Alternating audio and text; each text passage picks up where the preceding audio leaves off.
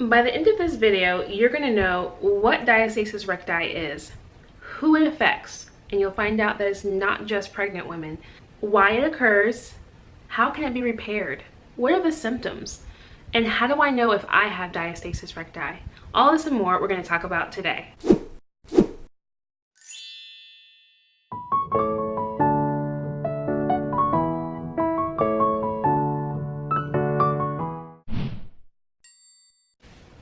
So what is diastasis recti? Diastasis recti is when the six-pack muscles, or the rectus abdominis, splits right down the center vertically. What causes that? When the internal pressure of the abdomen is more than the core, including the rectus abdominis, can support, then you get that separation of the rectus abdominis. Now that we know that, what are some things that cause the internal pressure to increase? Obviously, pregnancy.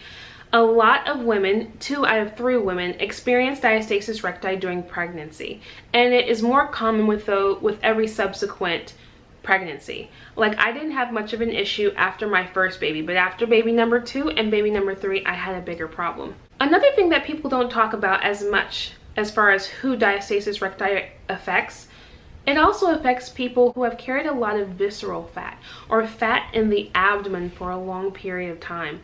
That can also increase the internal pressure of the abdomen and cause that separation of that six-pack muscle, the rectus abdominis. Another thing people don't talk about very much are people who are heavy weightlifters.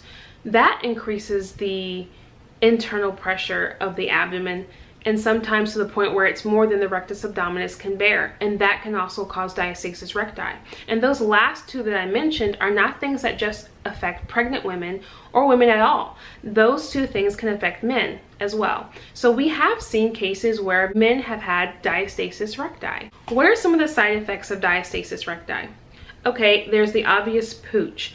I lost all my weight after pregnancies number 1, 2, and 3. But after baby number 2 and number 3, I had a very obvious pooch, even in the absence of fat. That is characteristic of diastasis recti. Another thing is low back pain. Because that midsection is compromised and is weak because of the separation, the core is not properly supported and you can experience a lot of lower back pain. Constipation, that's another one that occurs with diastasis recti. Also, urine leakage. Like, every time you cough, every time you laugh, a little pee comes out. Those muscles are all connected with your pelvic floor muscles, and sometimes that is a symptom that can occur.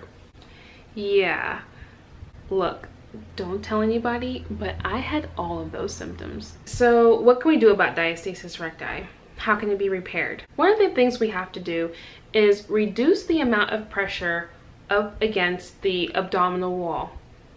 Depending on the situation, like what your cause is. So like if you're a heavy weightlifter, obviously you have to make sure that you're wearing a lot of support, and you have to make sure, like, they have those weightlifter belt things. If somebody is doing heavy weightlifting, they have to have proper support or they're gonna have that problem. If you have a baby in there, obviously can't give the baby an eviction notice. You're gonna have to wait. There are some things that can be done.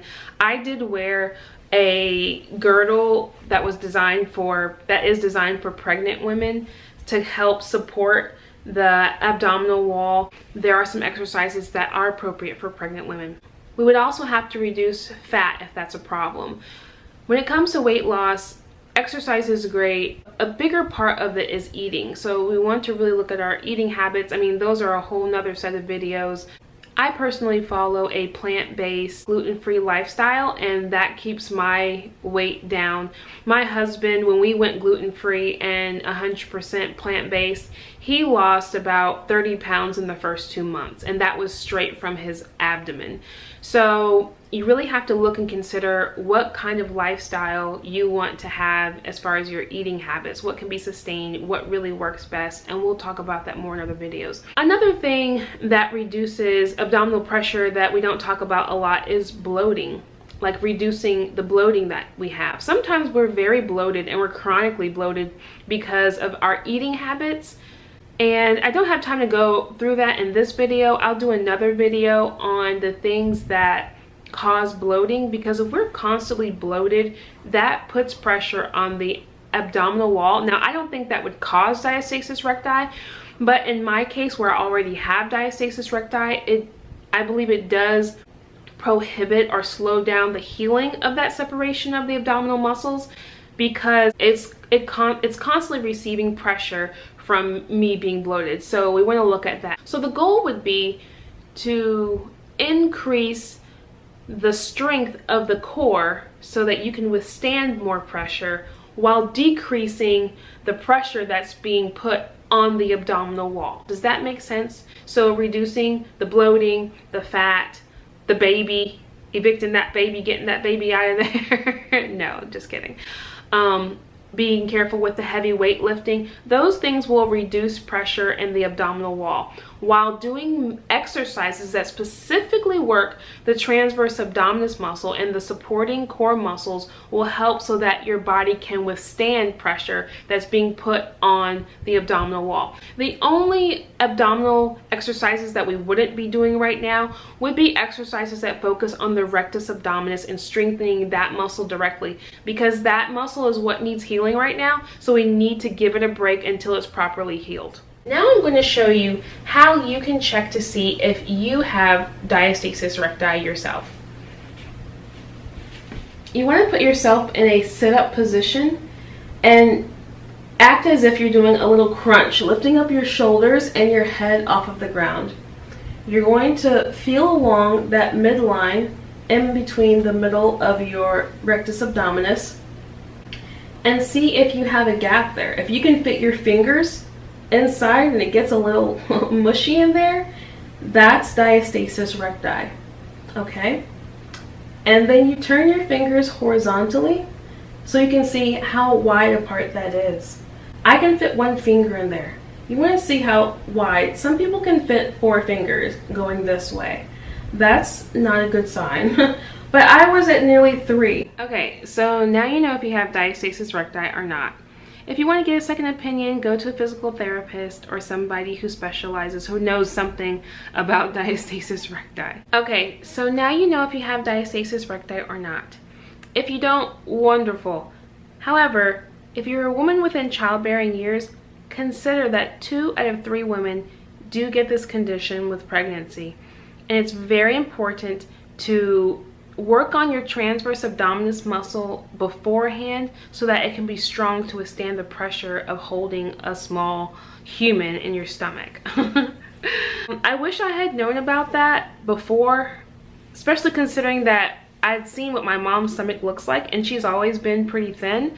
However, I wouldn't doubt that she had diastasis recti. So, you know, take a look at your mom, see if she has it. That could be a clue as to whether or not you could get it too. If you're like me and you have diastasis recti, I'm right there with you. I totally understand. I have it too, and I'm just so thankful that there's something that we can do about it besides surgery, tummy tuck or something like that. That's why I put together a 28-day challenge of a collection of diastasis recti exercises that we can do together to start closing that gap. If you find that you have diastasis recti and you'd like to do a 28-day challenge to begin the process of healing, check out my overview on the 28-day challenge for diastasis recti. If you'd like to receive updates on the diastasis recti workouts that I have, plant-based recipes, and other things related to food, fitness, and family, like and subscribe. If today is the first day that you realize that you had diastasis recti or you learned something new, please share it with me in the comments below. I'd love to hear it, especially if you've never had a baby or if you're a guy.